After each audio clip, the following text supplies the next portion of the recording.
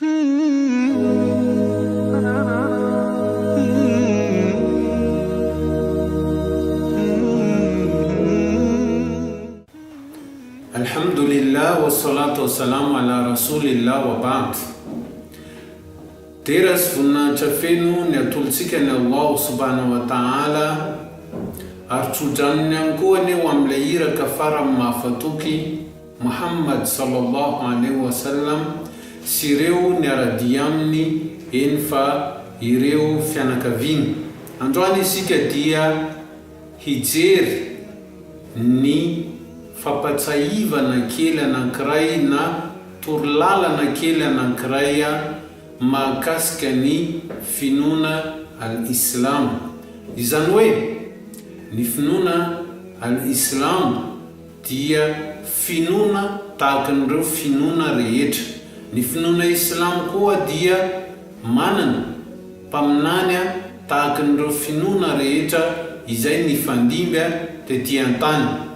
Tsara ho fantatra ihany koa fa ny finoana Islamo dia nisy mpaminany izay nekeny Allah na nekeny ilay mpahary izao tontolo izao nitondra izany finoana Islamo izany. Ary ny finoana Islamo dia ho an'ny vahoaka farany taty aoriana ary ho an'ny daolobe tsy hakanavaka nizaniza olombelona eto ambonin'ity tany ity dia tokony hanaraka izany finoana al-Islam izany.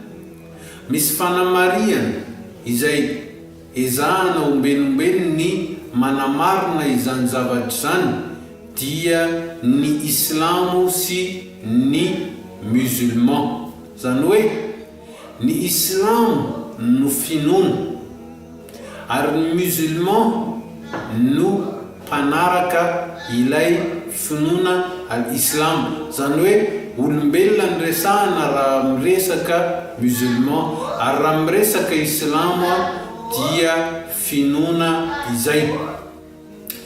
Tahaka an'ireo finoana hafa, ianao tsy teny olona anankiray hoe ianao katolika, fa ianao iteneniny olona anankiray iny hoe ianao mpanaraka ny finoana katolika. Izany hoe le Islamo finoana, le musulman le olombelona. Noho izany dia raha mahita olona anankiray isika dia tokony hiantso foana hoe musulman fa tsy Islam. Tsy teny hoe ianao ve Islam, fa tokony teny hoe ianao ve musulman, zany hoe mpanaraka n'ilay finoana Islam.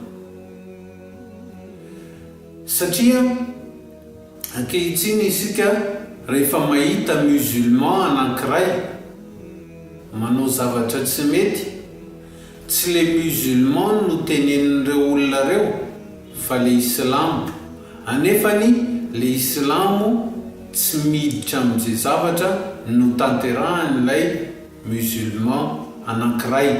Izay zany ezahana foana ny manintsy izany zavatra diso izany. Eo ihany koa misy musulman anankiray manao toetra tsy mendrika, mety mangalatra izy, mety mpamono olona izy, mety manao reo zavatra tsy mety mifanohatra amin'ny lalàna amin'ny toerana izay misy azy, dia ny matetika avy hatrany tonga anatin'ny sain'olona dia ny hoe Islamo ihany. Diso tanteraka izany ary aintsy etona izany fa ny musulman hafa ary ny Islam hafa. Eo ihany koa ny olona sasany izay rehefa manaratsy dia le Islam foana ny aratsiana. Izany ihany koa aintsy fa tokony izay olona nanatanteraka n'ilay aratsiana no resahana, satria le musulman hafa, le Islam hafa. Izay zavatra izay dia tokony ezahantsika foana ny manavaka izay. Le finoana Islamo dia efa mazava fa hoe manompo tompotokana ary mijoro amin'izay fanompona tompotokana izay ilay finoana, satria ny zavatra tsara ho fantatra ao anatin'izany dia manana ny rafitra izay efa napetraka ilay nahary izany finoana Islamo izany, raha tsy resaka fotsiny tsika fa tsy ny hoe fototra ijoroan'ny finoana.